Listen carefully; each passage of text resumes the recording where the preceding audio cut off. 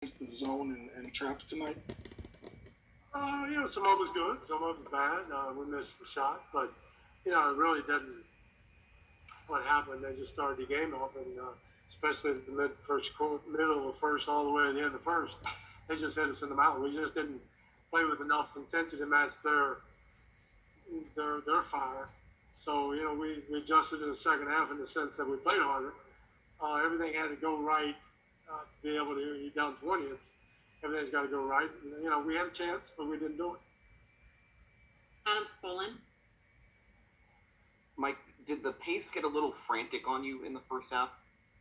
Yeah, they just came out and we just kept turning the ball over. The whole story of the game, we have 17 turnovers. They got 27 points on it.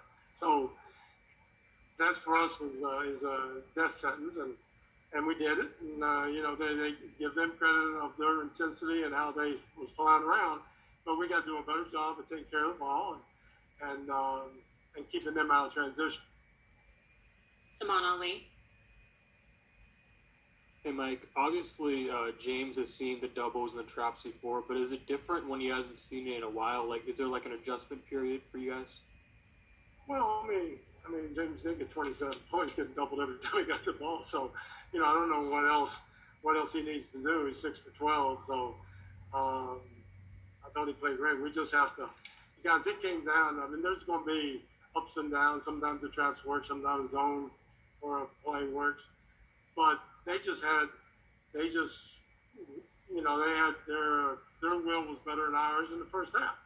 And then it took us a while. Now that maybe they played in desperation and we didn't. We'll have to address that. But we got to match their intensity the whole game. Otherwise, you don't beat good teams like this. So we'll be ready next game. I didn't think we were going to sweep them. So it's a 5-game series. Whoever wins 3 out of 5. Tim McMahon. Mike, you obviously want Russell to be aggressive. Where's the line between aggressiveness and recklessness on a night like tonight where he has 7 turnovers and a lot of those are going the other way on you? Well, just, he's still working his way back, and he'll play with a great intensity. He'll always be aggressive. He needs to be aggressive. That's why he's Russell Westbrook, and that's fine. He'll work it out. Jonathan Fagan. Kind of along the same lines, when James was trapped from mid-season on, from late December on, Russ was attacking in the 4-on-3. Was there some reason that he was taking more threes?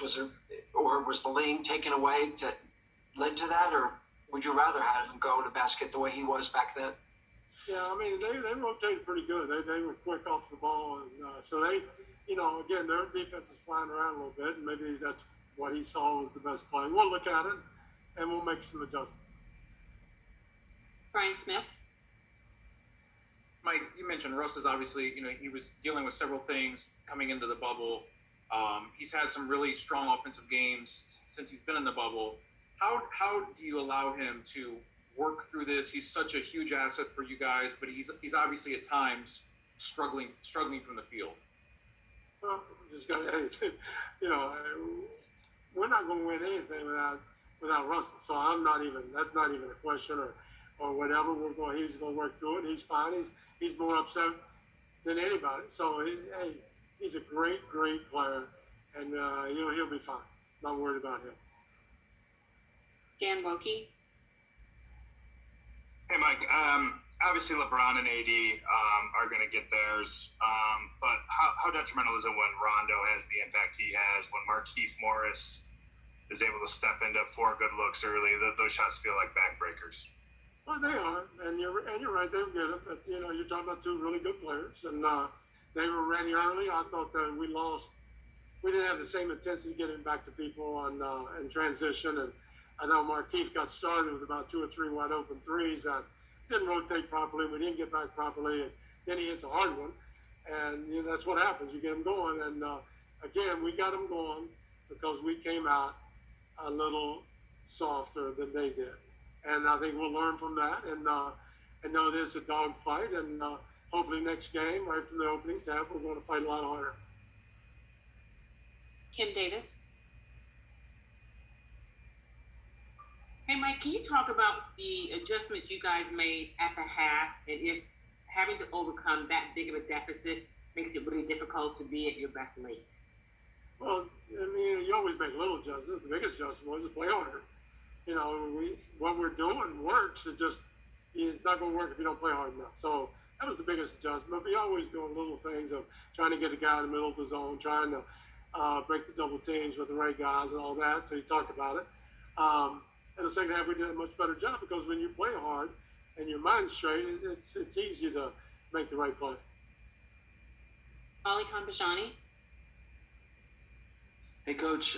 Late in the third, Russ picked up his fifth and started the fourth. It seemed like LeBron was just targeting Russ and trying to force a switch every possession.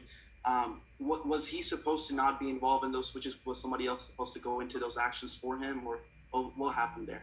Well, that's part of it. Part of it is we didn't load up behind him well enough. We were going to take liberties off Rondo. He did hit a couple shots. I give him credit, but we didn't slide over quick enough to help him out. and last one, Nicole Jarena.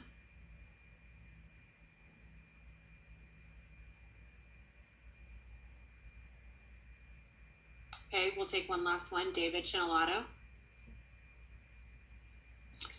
Hey, Coach, if you have to pinpoint to one single mistake you guys made, what would you say?